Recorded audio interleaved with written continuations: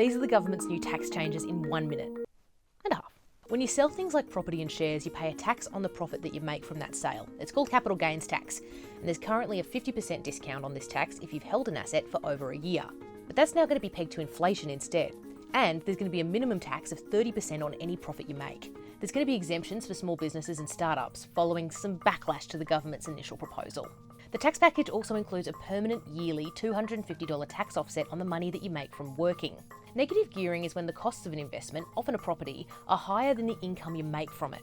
At the moment, you can deduct that loss against other income like the money you make through having a job. Negative gearing will now be limited to new builds, but there are conditions. If you already own a property, you can still negatively gear it. If you buy an established property, you will be able to deduct those losses against future income made on residential property, but you can't deduct them against wages or other types of income.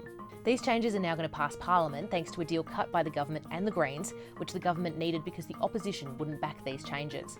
In exchange for their support for the tax changes, the Greens have managed to secure a change to the legislation which is going to prevent self-managed super funds from borrowing money to purchase residential properties. The deal also includes a 6-week extension to the inquiry into the government's proposed changes to the National Disability Insurance Scheme, and some other minor changes, including more transparency around automated decision-making in the NDIS.